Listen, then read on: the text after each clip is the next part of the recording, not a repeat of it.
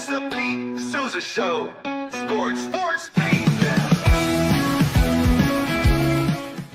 Nobody tells our stories better than our clients. The difference is stark.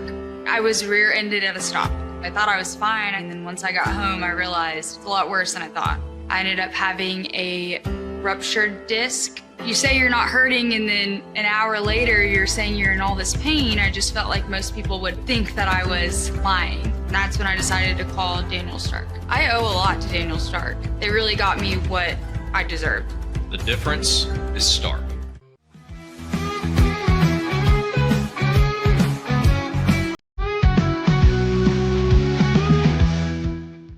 We definitely love our relationship and love Extraco. It's been an amazing experience.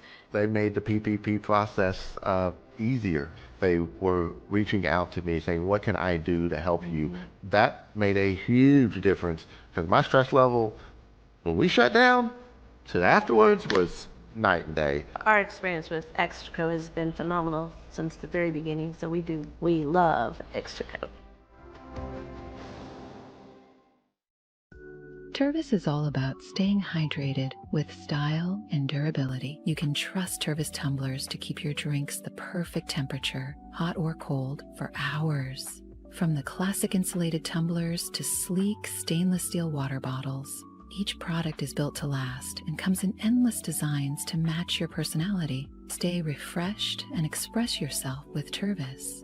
Visit tervis.com today and find your perfect tumbler.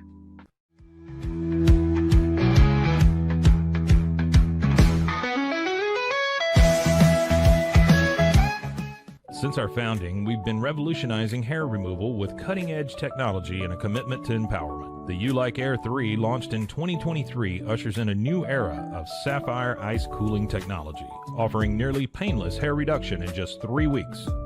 Experience the future of hair removal today at ulike.com, because at Ulike, beauty is about looking and feeling good. That's ulike.com.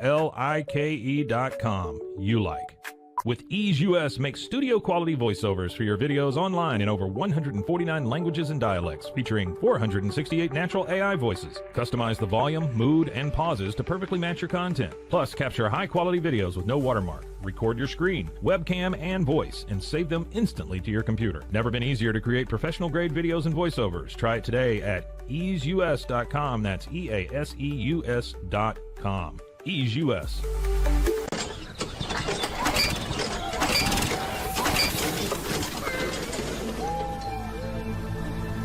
Just use AMP-Pace.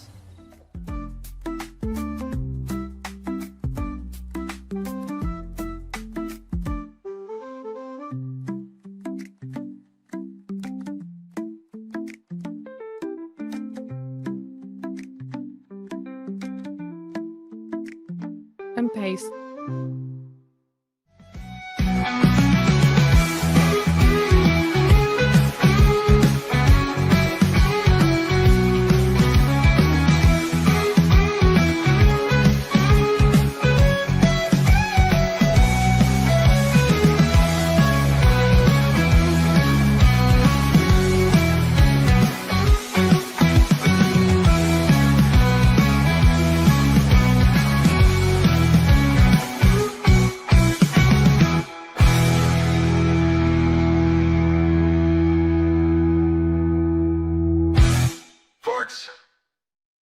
It is the Pete Sousa Show. We are coming to you live from the 21st floor of the Alico building in Waco, Texas. My name is Scotty Swingler. I'm not Pete Sousa. We got a comment yesterday about this. No, I am not, but I hope you'll join us anyway. I'm going to have a couple conversations with you really quickly this morning, and then we're actually going to go back to some interviews we've done in the past 2 months on the Dallas Cowboys. We'll do a little Dallas Cowboys special to wrap up this week as we head into the weekend. We're going to talk about Aaron Rodgers signing with the Pittsburgh Steelers here in just a second. We want to thank our sponsors who make sure that we can afford to do this show. Thank you so much to Extraco Banks, Socorro Family Ford, Daniel Stark, Injury Attorneys. Go talk to our guys there if you need their help. And then, of course, Slovacek's in West. Stop by and tell them the Pete Sousa Show. Since you don't ever go to Czech, stop again. When you drive through West, Go the other direction. Go the other side of the interstate. Get you some Slovaceks. Hey, we got to start with this, man. I just can't. Like, it's unbelievably believable, in the words of Baylor's own Robert Griffin III, what is happening right now with the Indiana Pacers and with Tyrese Haliburton in particular. And I want to start by showing this. This is the statement I made on this show yesterday. It's about a 30-second statement that I made into a short on this channel yesterday. And I just want to play it because I expected this. And it just happened in such a beautiful way in game one. This is what I said yesterday. Heard me say this week, I want this for Tyrese Haliburton. I want the storybook ending of the guy that was voted most overrated to win a championship 14 months later. I really want that. But more than that, if one or two of these games comes down to the last possession, as good as SGA is, and SGA will lead this series in scoring, Tyrese Haliburton in every playoff series this season has hit a game-winning or send it to overtime shot. Tyrese Haliburton is not only going to win finals MVP, he's going to hit a big shot somewhere to win a game and take this series.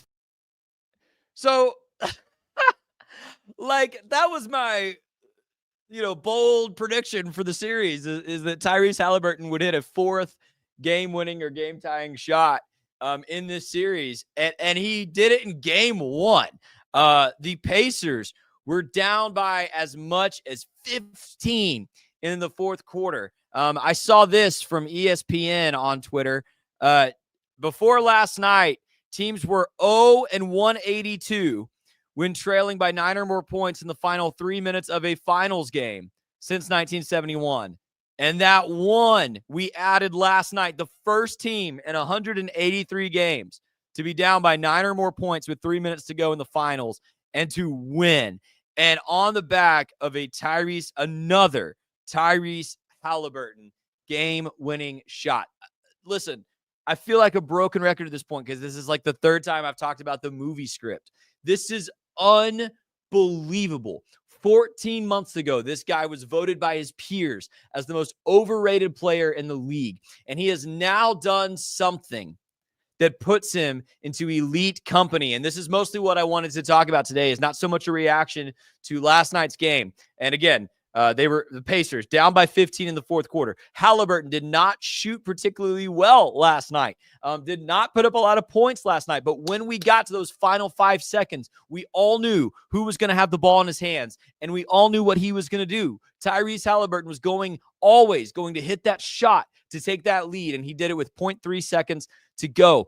And I thought to myself, and I even texted Pete this, I said, this is the best individual playoff performance by a player since Dirk Nowitzki in 2011. And yes, I was a Mavs fan. I'm biased towards Dirk, but you think about Dirk going in a 4-0 series victory over Kobe Bryant, a 4-1 series victory over KD and Russell Westbrook in their primes, and a 4-2 finals series over LeBron and Dwayne Wade and Chris Bosh. I can't think of a better individual run since. And as I was thinking about this, I started to wonder, Tyrese Haliburton has now hit a game-winning or game-tying shot in all 4 playoff series.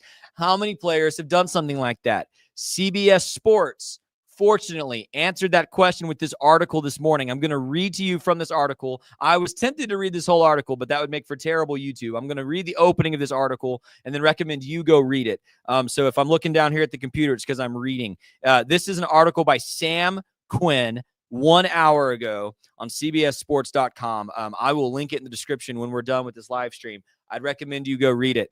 Here's how it opens. Since the NBA's play-by-play era began, and that's play-by-play stat tracking, okay? Since it began in the 96-97 season, LeBron James has the most postseason shots to tie or take the lead in the final 3 seconds of regulation or overtime with 8. By the way, for all the Kobe is more clutch than LeBron haters, don't you dare look up what their game-winning shot field goal percentage is, because LeBron's is twice as good as Kobe's. He's hit 8 of these game-tying or game-winning shots in the postseason since the stat was tracked beginning in 1996.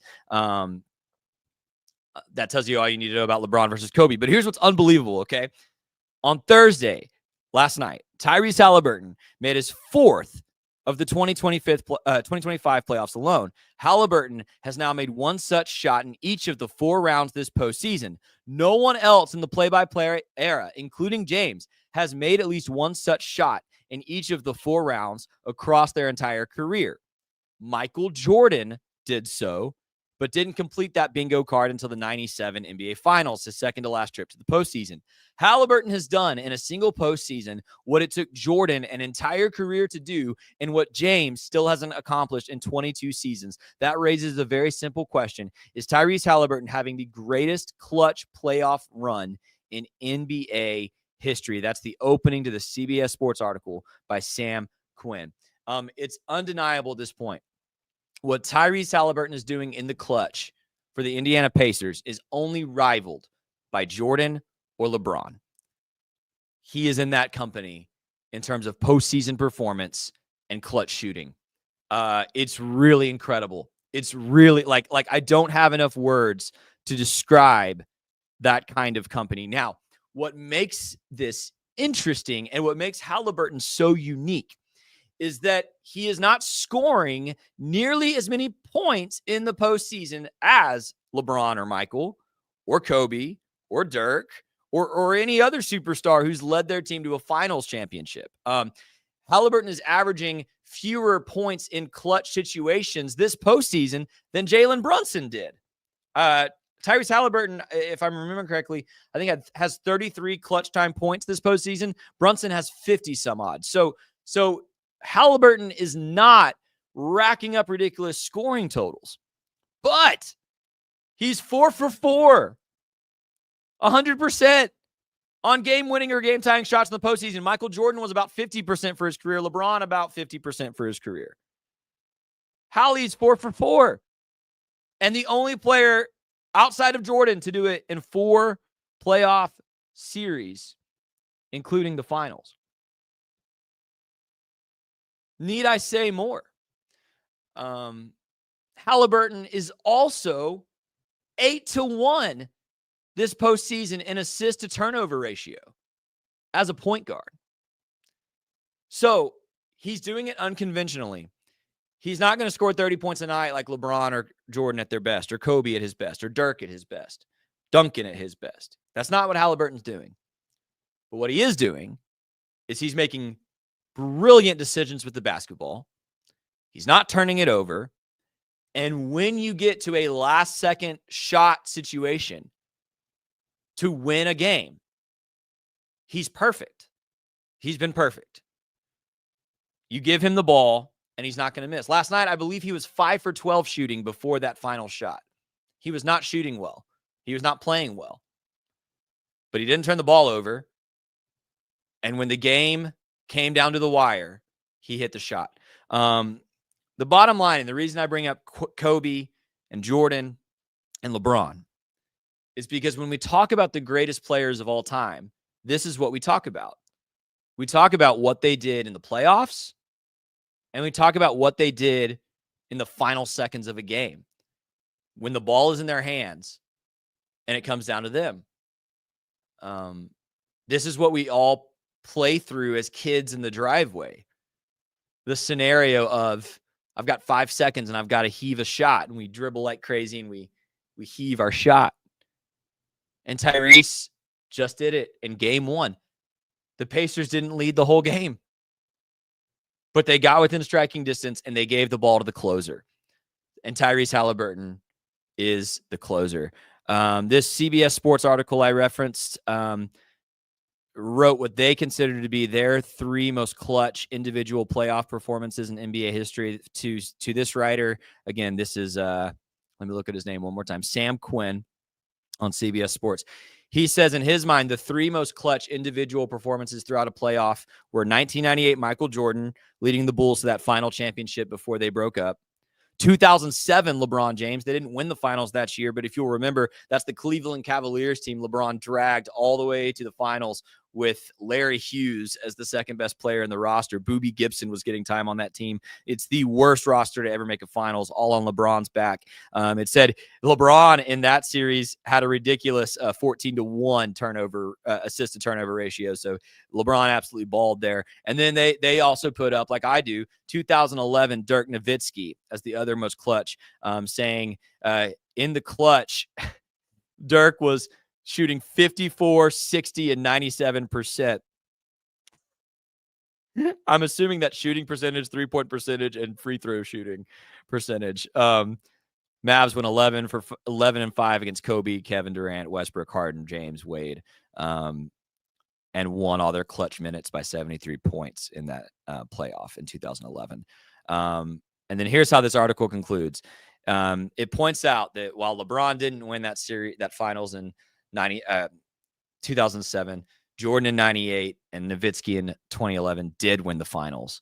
And it says, if Tyrese can pull that off, win a championship as a number 4 seed in this specific way, it would be almost impossible to refute. He's had the most clutch playoff run in NBA history.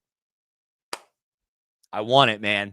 I don't know how you can root against this. If you're just a casual sports fan or a basketball fan whose team has been eliminated, I don't know how you can root against Tyrese Haliburton from accomplishing this. Now that he has started the finals in this way, the Indiana Pacers have a leg up in game 1. It is seriously going to be the next great sports movie if Tyrese can complete this and win the finals 14 months after being voted most overrated. The other thing I said about this, and then we'll move on to Aaron Rodgers, I think what he just did, even if the Pacers lose this series, I think Tyrese Haliburton has put himself in the current NBA top 5. And I'd be interested to get Zach's thoughts on this when he's back in the chair, maybe Pete's thoughts on this next week. I think the 5 best players in the NBA right now, in some order, I'm not ranking them in order, but in some order, it's Luka, it's Giannis, it's Jokic, it's SGA, and I think it's Tyrese. I really value what the guys can do in the playoffs, and I really value being the man in the final seconds.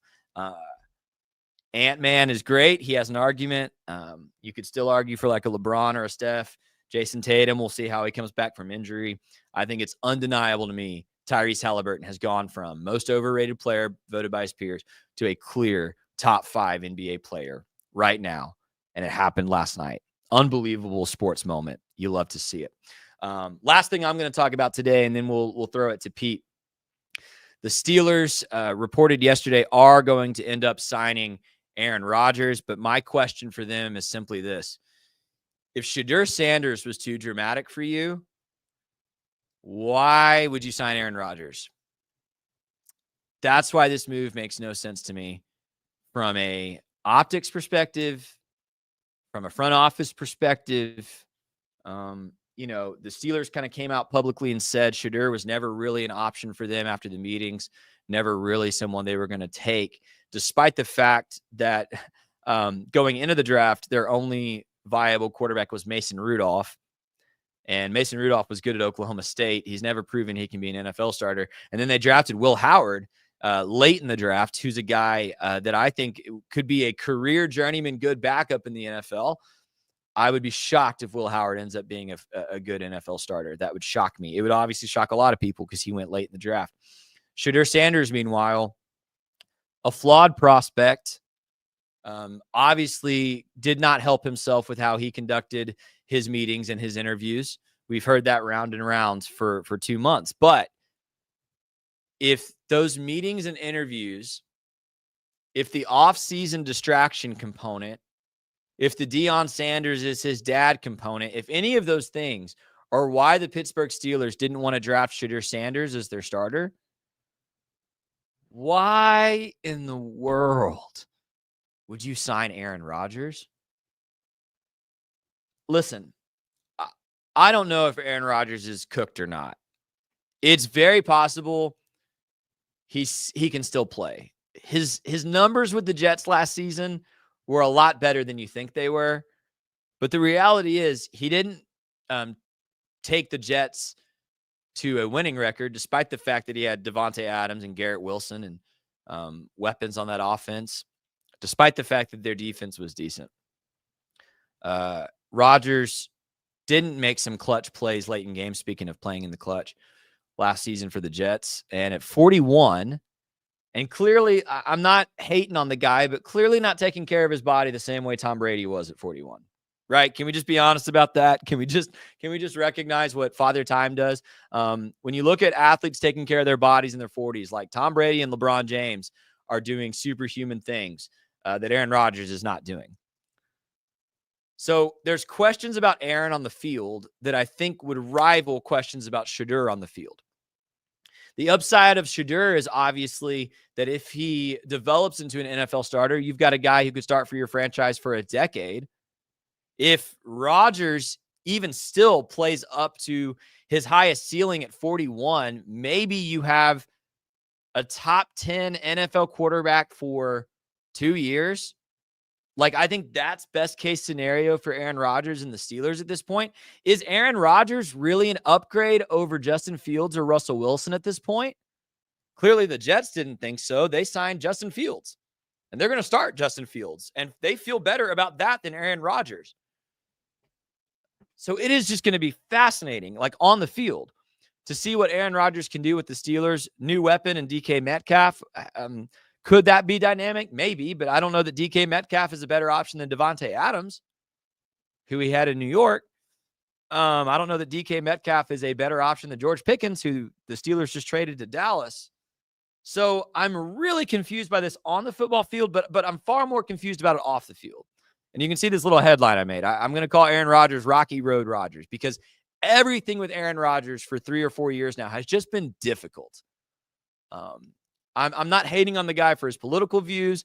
I'm not hating on the guy for how he wants to medicate during the offseason. Like, we could have those conversations. I'm not the guy to have those conversations. What I can tell you, and what we've all observed, everybody has observed for 3 or 4 years, is he's difficult. He's a drama queen. He's a headache. There's no way he's going out of his way to be a good teammate in that locker room. There's no way he's doing the extra off the field to be an upstanding Pittsburgh Steeler, to build up the image of that franchise. This guy is just extending his career, and even he's acting flippant about that.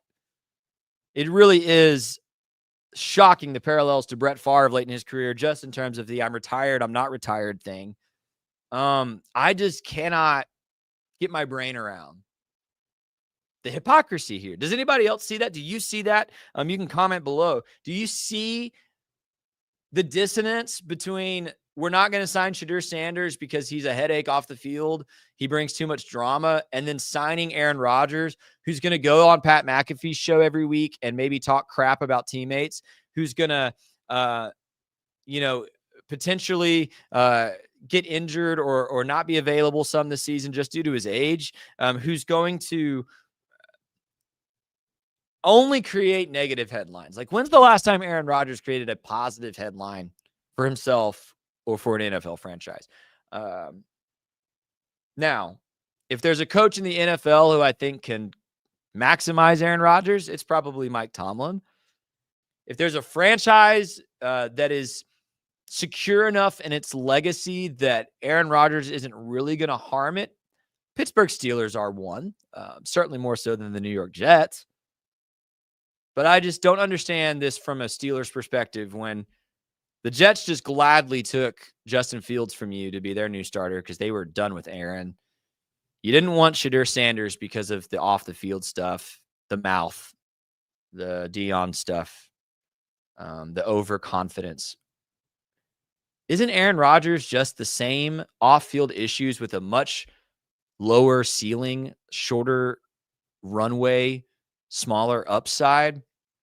I don't understand this move at all. So comment below if you'd like to get in on this discussion. Aaron Rodgers, Shedeur Sanders, Pittsburgh Steelers, any of that. Again, I'm not claiming Shedeur Sanders is going to be a surefire NFL thing. But at this point in his career, neither is Aaron Rodgers. And I think I would argue Aaron Rodgers is an even bigger headache off the field than Shedeur Sanders. He's going to cost more money. He's going to make more public appearances. He's going to run his mouth.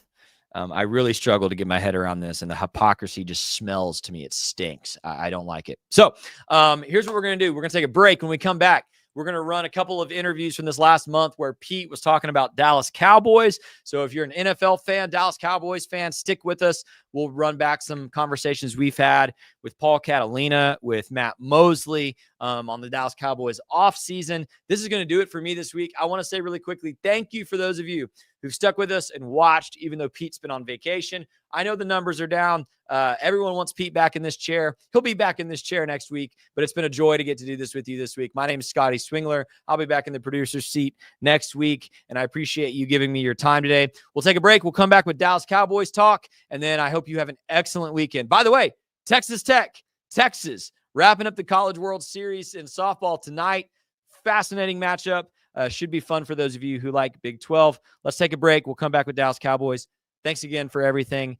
This is the Pete Sousa Show, brought to you by Slovaceks.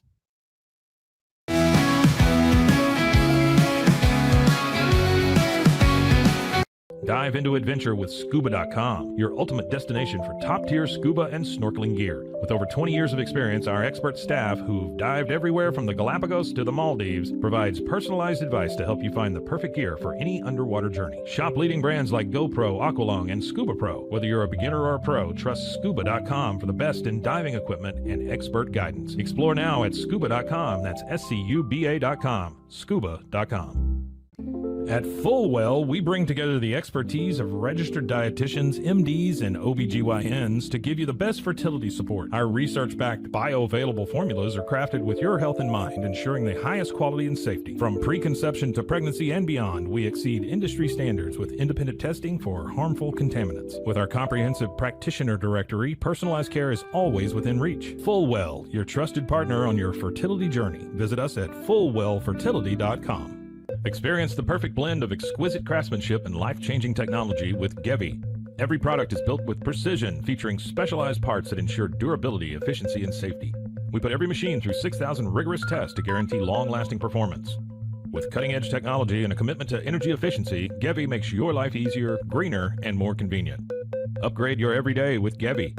Visit us at gevi.com to discover more. That's gevi.com. With San, owning iconic furniture no longer requires paying a premium.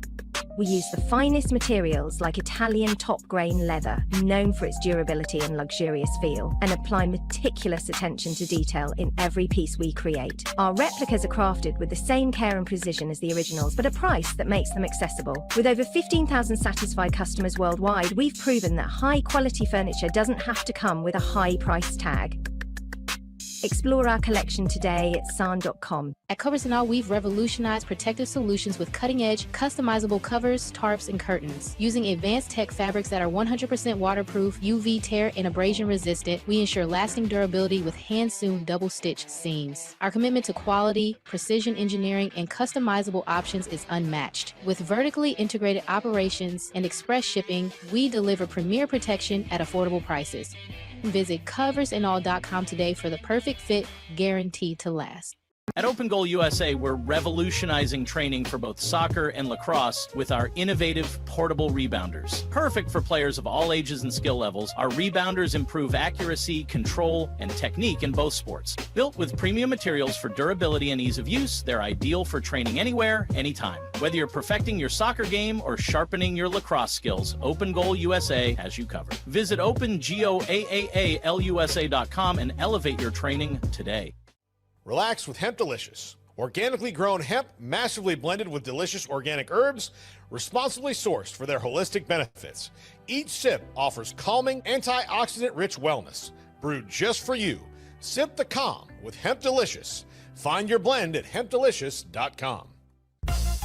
Introducing Muck-Off's classic pink bike cleaner, powered by revolutionary nanotechnology that breaks down dirt and grime on a microscopic level while protecting your bike's delicate finish. Developed by our mad developer Alex and tested by riders, our products are made by riders for riders. Discover more at us.muc-off.com, where we break the mold to bring you the best in bike care. Get paid faster with Bill, the easiest way to send, receive, and manage your payments. No more delays, no more hassle. Whether you're a freelancer or a business, Bill makes payments seamless and secure, simple, fast, and reliable. Sign up today at Bill.com.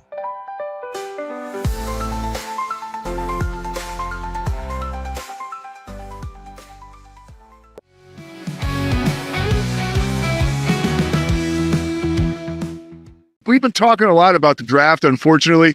Like a lot of people, we've been talking a lot of Shadur, it is what it is.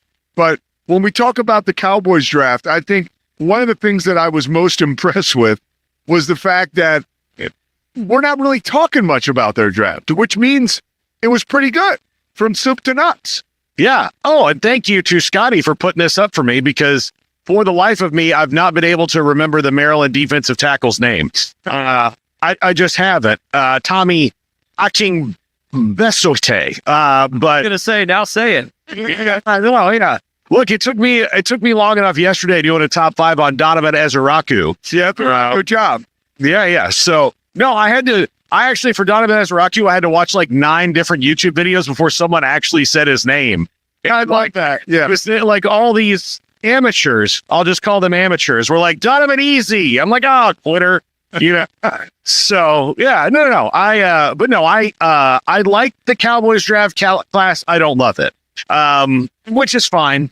And look, I don't know if they were really in a position, especially because they traded the 4th round pick for Jonathan Mingo, to get an alpha dog starting running back like Cam Scadaboo, who was my favorite player in the draft, that went in the 4th round. Like, had they been in the 4th round, they can get someone like that.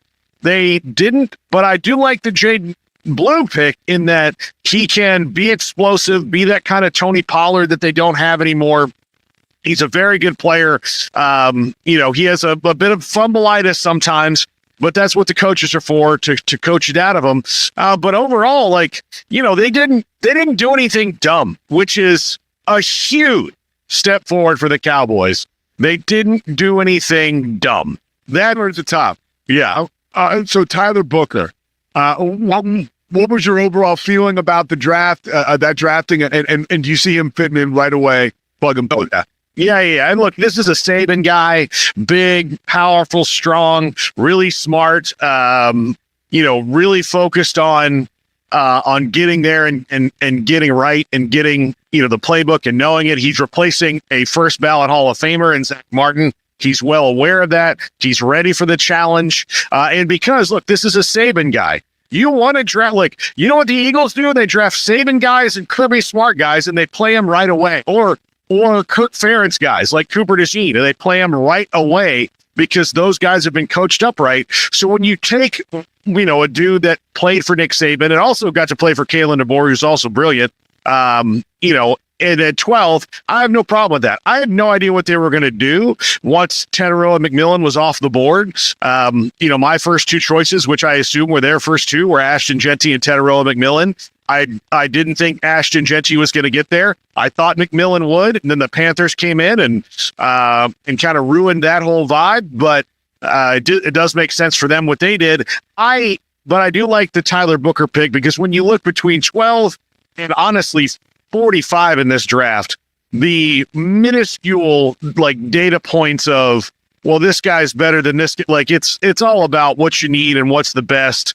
And taking a guard at 12 is kind of a reach, but when it's the best guard probably in the draft, and a guy who is huge and big and strong and ready to go and played at Bama, I think you can take some of those little but he's a guard, things out of it. I want to ask you about Donovan Ezeraku, and as we get into this, I want to ask you another question. But let me stick to Ezeraku. Give that pick a Gordon thing. That's an A+. That's their best overall pick. And they did, that pick, they did something really smart. Because at 44, there was a lot of stuff going on around them. They could have kind of, fallen into the trap of let's get our 4th round pick back, or, and I think what they did was, because they did like Donovan Ezeraku, they had him in for a 30 visit. They said, look, if one of our 30 visit guys is sitting there at 44, we'll take them, that we had graded in this spot. If one of our, if they're not, then maybe they trade out of it and pick up that 4th round pick or whatever they would get again. They just stayed pat. Donovan Ezeraku was there. They took him. When you look at young pass rushers that they have, Micah Parsons is still young and he's the best player on defense in the NFC. You put in Donovan Ezeraku, who immediately can at least come in on passing downs. You have Sam Williams coming back from injury, who looked like he was taking step forward before he got hurt. Marshawn Nealon, who they drafted last year, they really like. Then you bring back Dante Fowler, the veteran whose job is go get the quarterback and did a really good job for him 2 years ago. I do like that. I like that a lot.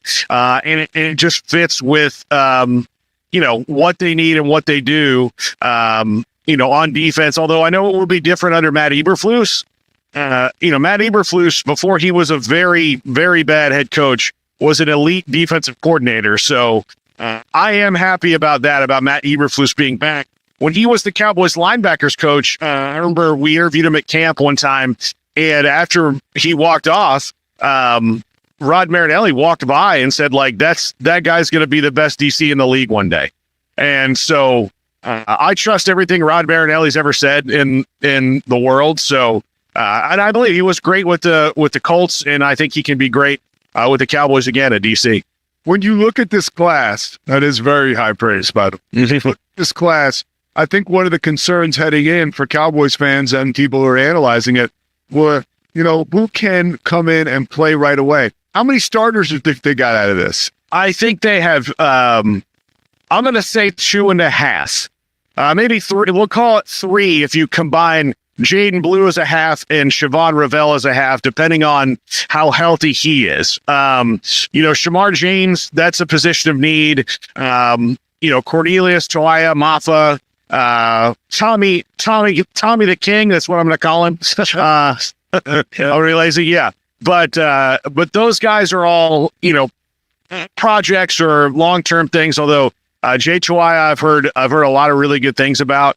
And look, Clemson's in the ACC, so I watched them quite a bit, and Phil Maffa can get you a first down. I'm not sure what he is past that in the NFL, but he can get you a first down. So I'll call it 3 out of the first 4 picks, even though that, like, if Siobhan Ravel's going to start on PUP, although they think he'll be ready for camp. Jaden Blue, year 1 is not going to be their alpha running back. He's going to probably help them make some plays, but they'll have those top 4 picks will contribute regularly.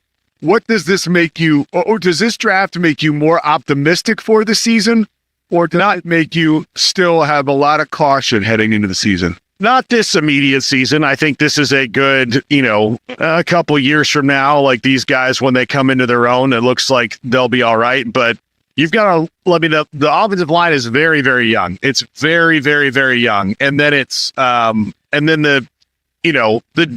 there's all these new coaches and all that. They're just, there's got to be some time to grow. And look, they have 2 massive needs, which have not been addressed yet. And that is starting running back, like the alpha running back. And the veterans they signed, they have a 50-50 shot of making the team. Like Javonte Williams has not had a season in the league where you'd say, this is definitely your starter. He might wind up being their starter, which is, I don't think, a good thing. Miles Sanders, I doubt makes this team because he's been so injured, but maybe he does. He maybe winds up on the practice squad because that's a little bit of a different thing now since COVID. In the NFL, but they also, and this is the biggest thing, they don't have a number 2 wide receiver. Like, unless Jonathan Mingo takes a huge step forward or Jalen Tolbert or somebody, the light finally comes on, they don't. And they have a bunch of 3 and 4 guys, which is fine for depth, but you need somebody to take some pressure off of CeeDee Lamb and do something for Dak Prescott, because they have tried to put too much on him for too long and not giving him a running back that is a true alpha dog, which Rico Dowdle was not. He was fine. But not giving a true alpha dog running back and a true number 2 wide receiver is absolute malpractice by the front office, and they should be ashamed that they're doing it. But, they're the Jones family. They have no shame. You need somebody to take some pressure off of CeeDee Lamb and do something for Dak Prescott, because they have tried to put too much on him for too long and not giving him a running back that is a true alpha dog, which Rico Dowdle was not. He was fine. But not giving a true alpha dog running back and a true number 2 wide receiver is absolute malpractice by the front office, and they should be ashamed that they're doing it. But, they're the Jones family. They have no shame. They have about 3 years before Dak's ineffectiveness and age, collide. So Right now, they've got Dak at probably the most maximum efficiency that they're ever going to have him. So they might as well like go all out and try to win with Dak. That's what they never did for Tony Romo, and they've not done it for Dak Prescott because they're building it for a future that's been 29 years. And then you go back to the Brian Schottenheimer press conference. You get Stephen Jones saying so-called drought. Buddy, it's not so-called. It ain't raining. It hasn't rained. It's a drought. Like the ground's cracking. There's cactus popping up and tumbleweed. You are in the desert, bro. Like the fans are thirsty. They want water. Give them some water. And it's all building for this future that will never come when Allen works in the NFL with a salary cap now, which they didn't have when they won their 3 Super Bowls. Is, you know what? Sometimes you luck into like luck and skill and all that with Patrick Mahomes, and you don't really have to, you've got this magic man back there. But if you have a guy who's good but not great at quarterback, what you do, like the Rams did when they got Matthew Stafford, is you put the pedal to the floor, you get everything you can around him, you win a championship, maybe 2 if it works out that way, and then, you let it fall apart and you build back again. But they have just, they've stayed in the middle, and there's nothing more despicable in sports than being stuck in the middle. Be bad or be good. Ricky Bobby, that's the only organization in pro sports aside from the Yankees or the Lakers who can be middle of the road and still command interest. Yes, I almost feel like they take advantage of us on that. Yeah, they absolutely do. Paul, I can tell you're lathered up over there. Where'd you go to look like come in? Yeah, let me jump in here. So, because I think Bear the Truth and I have the same thought here as Paul was talking about surrounding Dak with talent, trying to take advantage. I think Paul said something like Dak's at his peak efficiency right now. Paul, I'm a noted Dak hater. I've been at anti-Dak train for a while, but Bear the Truth also commented, hot take, Dak's best years are ahead? No, that's not what I meant. Dak is at the best efficiency you're ever going to get him again right now. Like, it's not going to get better as it goes along. So, 2 years ago, he had an MVP caliber season. So you're still in the afterglow of that a little bit. So if you can stay in the afterglow of Dak just a bit, and put people around him, because look, Scotty, I understand that that there are Dak haters out there, but what we have to come to grips with is he is the quarterback for the 3 years. Yeah. Look, that's not going to change barring a catastrophic injury. So they can't do anything about that. Now, 3 years from now, if it doesn't work out, he's probably gone, and they move on, and Dak does the, series of 1-year deal things, going to play for teams like Russell Wilson. That's what'll happen. But if they can win with, he's good enough to win a Super Bowl. When you look at, not every quarterback who's won is Brady or Mahomes or Roger Staubach. I agree, Scotty. Don't give Paul the side. I agree, Paul. You can win. Like Trent Dilfer won a Super Bowl, Scotty. Brad Johnson won a Super Bowl. Mark Rippon won a Super Bowl. But Paul, the argument would be, and I've had people come back at me like the same way. That was 30 years ago.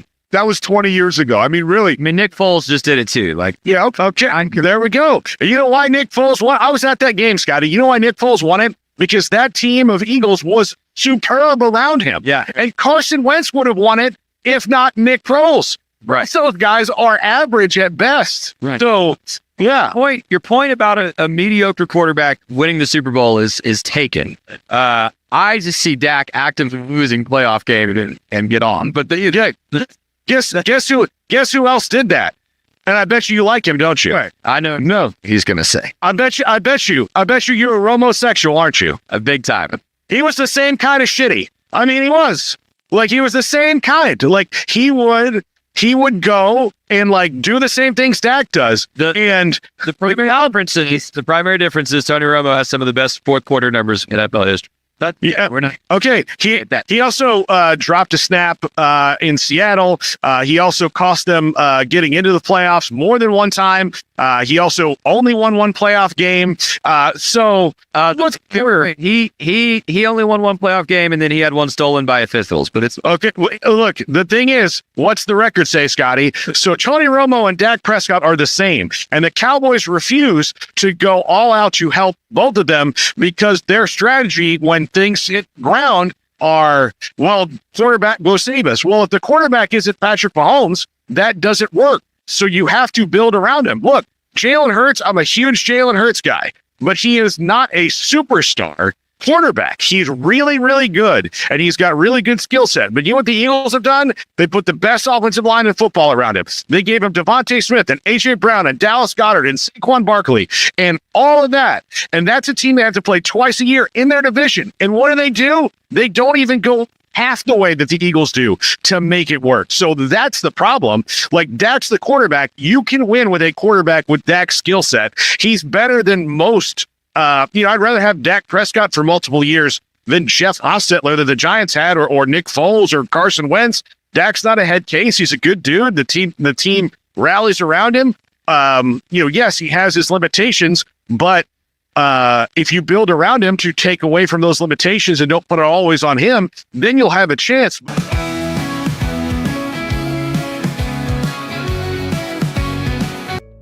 Did you know nearly all stock price changes of 10% or more result from a single news headline? These news catalysts create trading opportunities every day. All you need is a little help to reach out and take them. It doesn't matter if your investment budget is small or big. All you need is Benzinga Pro and its powerful news alerts, price tracking, and portfolio monitoring. Subscribe now, and we'll skyrocket your portfolio today. OsleyMD.com. I've always had thin hair my whole life. It breaks off at a certain length. In the last 6 months, I've noticed it just really bad. I mean, you could totally see it. I wear a hat a lot. I tried several different products. My experience with the Bosley MD hair regrowth kit was amazing. It was easy to use. It let me take off my hat. I could go in public and have my picture taken and feel normal again. OsleyMD.com. Golf Partner, the world's largest golf store network, offers more purchasing opportunities than anywhere else. With a dominant market share and a wider selection of quality secondhand golf clubs than our competitors, we make it easy for you to enjoy the game with affordable, top-quality equipment. Join us at golfpartnerusa.com and discover why we're the trusted choice for golf lovers worldwide. That's GOLFPARTNERUSA.com. Golf Partner. Since 2003, Bluehost has been empowering people to harness their brands online with innovative web hosting solutions. Trusted by over 2 million users, we're the longest-running WordPress.org recommended host. With Bluehost, you get a safer, better web experience, supported by the world's most popular site builder, and backed by our commitment to open source projects. Visit Bluehost.com today and take your website to the next level. Experience the future of secure private cloud storage with Internix. Protect your files with end-to-end encryption, ensuring your data stays private and accessible only to you.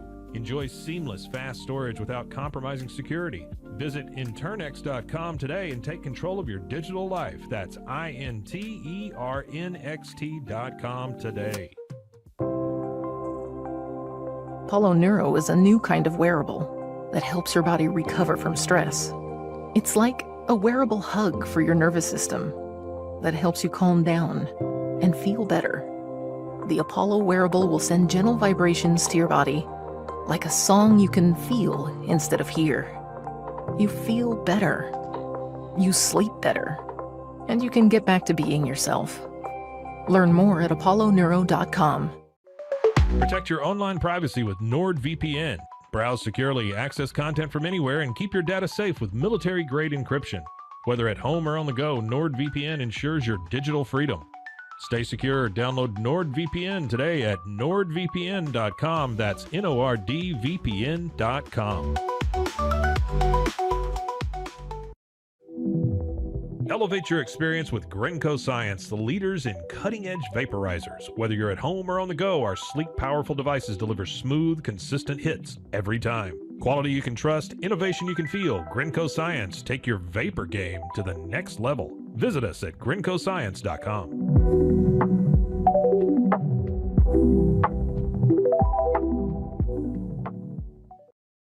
It all began with a simple idea, cutting handles off old ski sticks to create better pull-up bars. This sparked the creation of the revolutionary Engels 90 handles. After testing over 70 prototypes with 300 athletes, our patented handles were launched in 2018. We continue to push the boundaries of strength training. Join us in making your training more natural and effective. Visit Engels90.com to learn more and revolutionize your workout.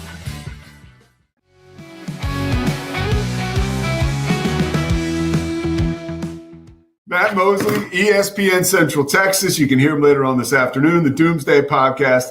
A whole lot going on with Mosley. I think we have some more announcements coming soon, but for right now, we'll stick with that. Cowboys insider, longtime writer for the Dallas Morning News. Matt, when you saw the Dallas Cowboys schedule release, what was the first thing that came to your mind when you really had a chance to sink your teeth into it?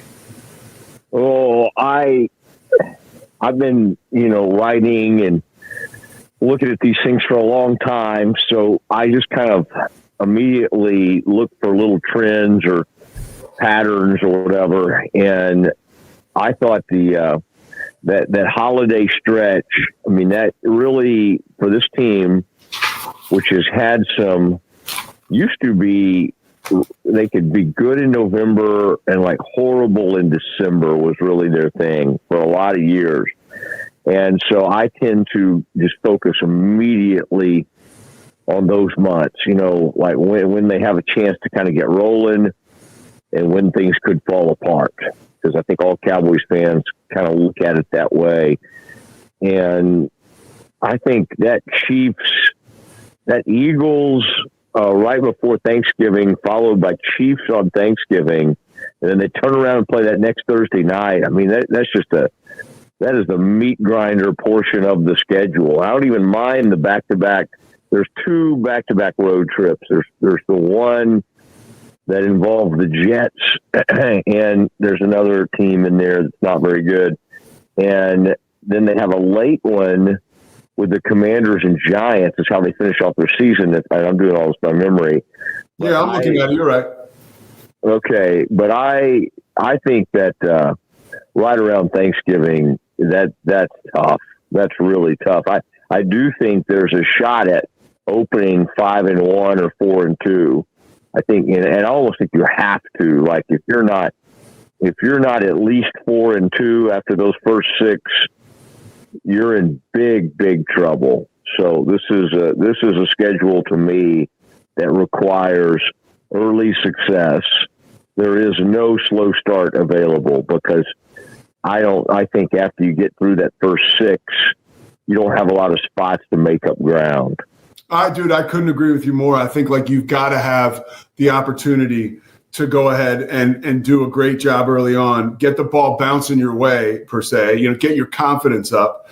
And then, because when you get into the teeth of that schedule late, like you said, a time that can in history has been a tough one for the Cowboys, at the Raiders, the Chiefs, you mentioned the Philly game right there, then at the Lions right after the Chiefs on Thanksgiving, then the Vikings, that's another Sunday night football game, then the Commanders at noon. That's tough, and then you wrap up with the Giants. What do you think about all the national TV games? I'm pretty pumped. You got some Romo in there, you got a lot of Brady. That's exciting. A Buck and Aikman, great job. We got 2 Monday night games. That's a pretty good deal. Yeah. Yeah? Yeah, it's funny because as a longtime Eagles observer and fan that you are, like after winning a Super Bowl, how funky the schedule can get. And yet, how funny is it that you win you win it all, and then so you're waiting to see who that first game is. It got to be the Commanders, like a team you played in the NFC title game. Is it going to be one of those great matchups? And of course, because it's the Cowboys and because of the ratings they get, it's the 7-10 Cowboys that's opening up the season. So I do find some of those schedules interesting, and that Philly is all over the map. I think one of those teams, maybe it is the Eagles, that they play on 5 different nights. Yeah, they do. I think they play every night this season other than Tuesday and Wednesday. And the only team that comes close that could end up having the same situation, it's the Chargers. And they would have to get a game later in the year, I think, on a Saturday to make that happen. But yeah, you win it all, and you get a ton of prime time. Now, it used to be like, in Major League Baseball, every team gets an all-star. Used to, the NFL wanted to get every team at least one primetime game. And that's going out the window. And now the Titans, even with Cam Ward, even with some interest there are 3 teams in the NFL that get 0 primetime games. I think the Browns might be one of those. But yeah, all these little trends and things kind of interest me. But you know who has the toughest schedule in all of the NFL? See, I don't. And it's hard to say from year to year because we're assuming that all of last year's playoff teams are going to be back, and that usually doesn't happen. No, it doesn't. If we're assuming they're the last year's playoff teams, if we're judging our schedule based on that, the Giants have the toughest schedule in the NFL, which seems really unfair, but it's the Giants, so you and I don't care. Yeah, we don't care at all. Yeah, we're fine with them having misery. How about the Pickens acquisition? This is a guy in the last 3 years, right? Almost 200 receptions. Quite the anecdote, hopefully, right? For the Cowboys and for their passing game and for Dak Prescott. I have a theory on this, Matt, and it's a scary one, that this is a series where Dak could be totally unmasked. Almost like at the end of a Scooby-Doo episode where you rip his mask off and you find out, that it's like Brock Heward or somebody. I think that he can get exposed now because he has the quote-unquote tools that he needs. The offensive line is still a little patchworky, right? It's getting better. The draft, they obviously had an emphasis on that. And again, you correct me because you're the expert. But I am feeling that this could almost be troublesome for Dak because the table is set now for him to have an improved season, right? But what will happen to him this year? Well, I mean, see, I don't so much think that he gets exposed as like a poor performer as much as, the injury thing seems to hit him so often. And so you really can't run him. And so this one thing that used to be a part of his game, moving around or taking off occasionally, is no longer part of his game. So, but that's interesting. I mean, again, he was not playing well when he got hurt last year. We sort of blame all of last season. People blame that on Dak being injured. And the truth was, he was not good.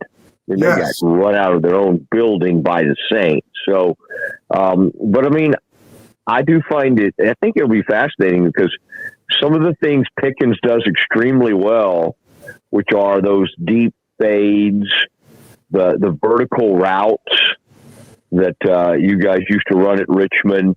There's a lot of stuff that they do. I mean, that's what he's best at doing. And boy, this allows, you can put CD in the slot, kind of do some things with him. The respect you have to give Pickens. I mean, this is an interesting one because they essentially have done what they had to do to try to save that one season a few years ago, which is but that time they had to give up a first round pick, if you'll recall, for Amari Cooper. Now they've given up like a future, a third, and maybe even further down the road, a fifth. So that makes a lot more sense. It just doesn't seem like they had to rip everything up. Now, again, it's always interesting when one fan base is excited and then one fan base is like excited that a guy's gone. You can't help but be like, oh, geez. I mean, like, why do the Steelers hate this guy? Yeah. I mean, if he's so good and he's 23, 24 years old, like, that's not a great sign when the whole fan base is very happy he's leaving. So, but I tend to think you don't really hear bad stuff from the teammates. And it really does seem to be like he's just kind of, would get carried away on the field and kind of get in fights. And it was kind of a more on the field stuff. So, and even the Steelers GM came out and said this guy never asked to be traded. So, like, unlike a lot of receivers, I don't think he was begging for a way out.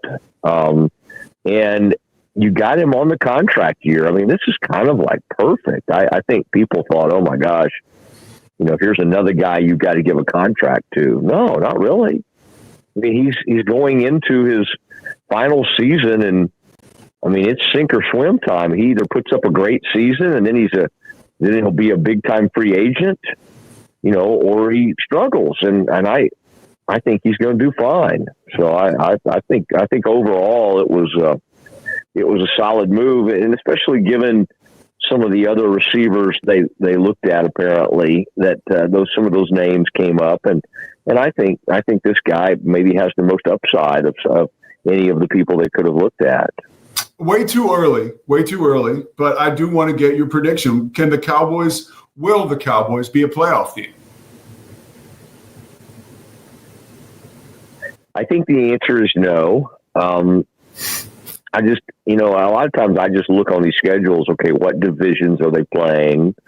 Who's on there? I mean, you yourself mentioned. I mean, it just stinks when Detroit and all those, when you get two conferences that legit, each of them have, or divisions that each of them have three possible playoff teams. I mean, that's a rough place to start.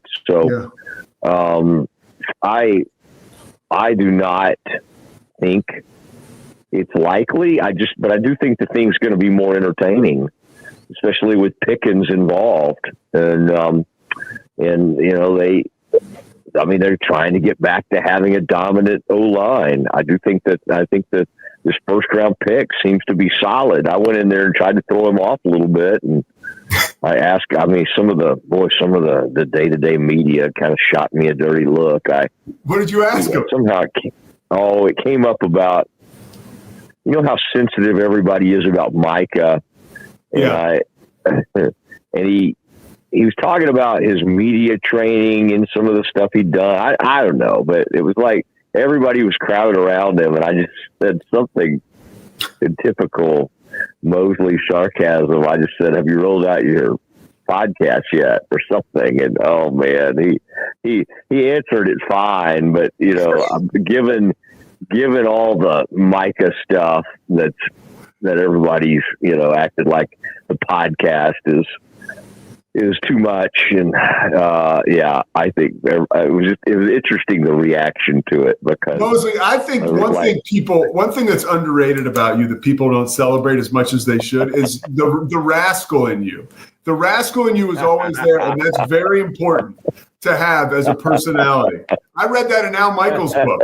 He said you got to respect the rascal. You got to have a little rascal. So I love your rascal. Now I only have you for a finite amount of time, so I want to, you're a DFW guy. By the way, I got to mention one more thing while it's on my mind. To what you said, if you remember Baylor, the Jeff Grimes Baylor, when that was started to fall apart, they were just tough games to watch, right? Like 2 years ago, they had all those home games. It was a brutal watch, and then they changed things up, right? And it was obviously a better football team, but it was more exciting to watch. I think at the very least, you bring up a great point about the Cowboys. Those were brutal watches last year, and I think it will be a better viewing experience this year, right? For fans. I just wanted to get that one in. It's the Pete Sousa Show. Sports.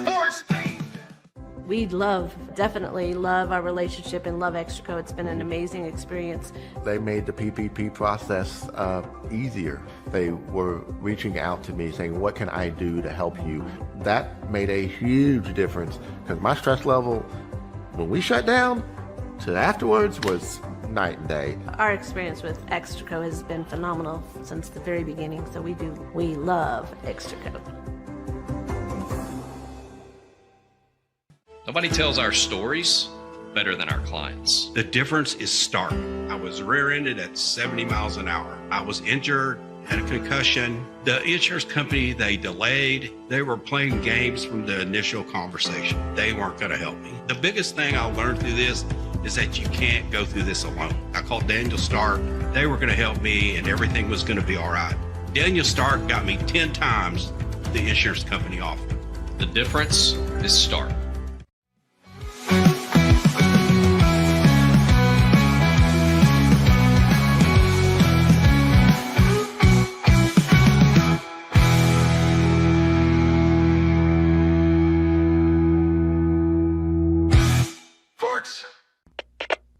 We are Rogue Media Sports.